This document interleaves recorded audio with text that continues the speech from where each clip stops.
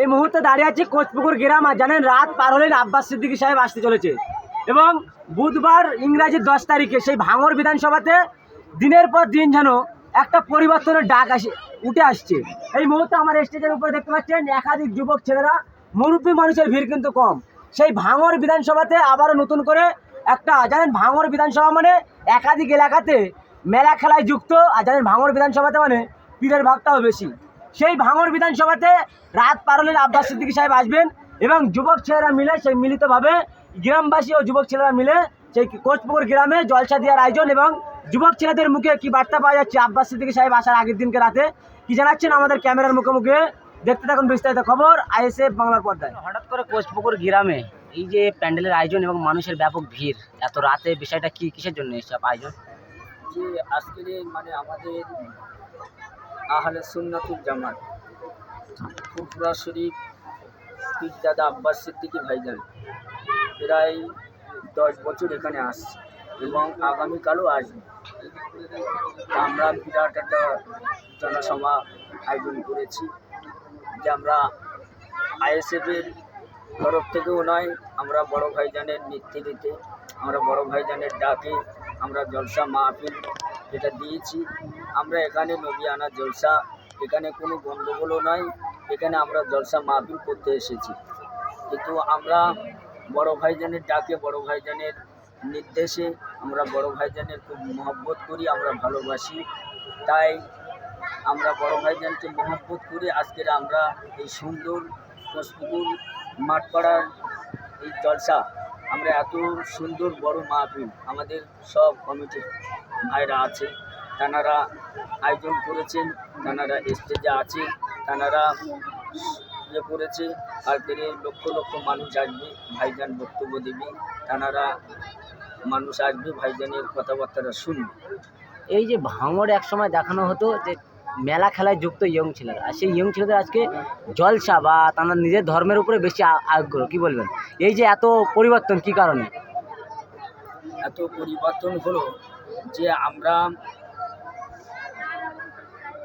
যে মেলাঘাট বাজে ভাষা বাজে জায়গায় যেত, যে আগেকার ছেলেপিলে হোক এখনকার ছেলেপিলে হোক যারা বাইরে যেত, যে ভাঙড়ে এত পরিস্থিতি, যে নোংরা জায়গা এটা পরিস্থিতি ছিল।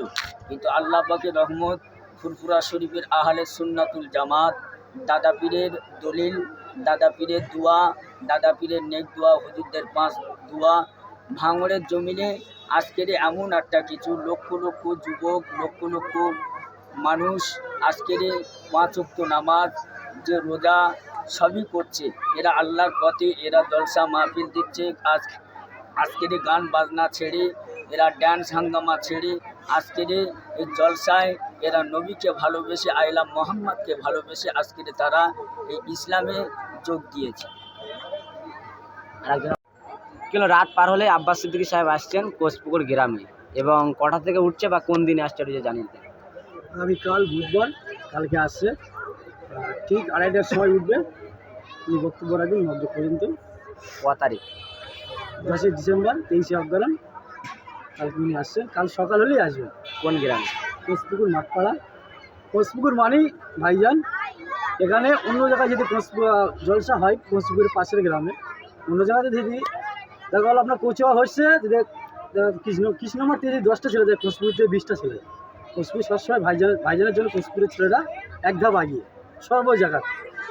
এই যে ভাঙড়ে এক সময় দেখানো হতো মেলা খেলায় যুক্ত যুবক ছেলেরা, এই যুবক ছেলেদের আজকে জলসার স্টেজের উপরে এই যে হাসি মুখে, কি বলবেন, কতটা সহযোগিতা পেলেন যুবক ছেলেদের? প্রচুর সহযোগিতা পেলাম যুবক ছেলেদের, কারণ এখানে যুবকরাই সব করছে। সবাই একটু ক্যামেরা ঘুরে দেখাতে বললো, এখানে সবাই যুবক ছেলে, বয়স্ক লোক কেউ নেই, আর এখানে বাচ্চাও কেউ নেই, সব 18-র উপরে যুবক।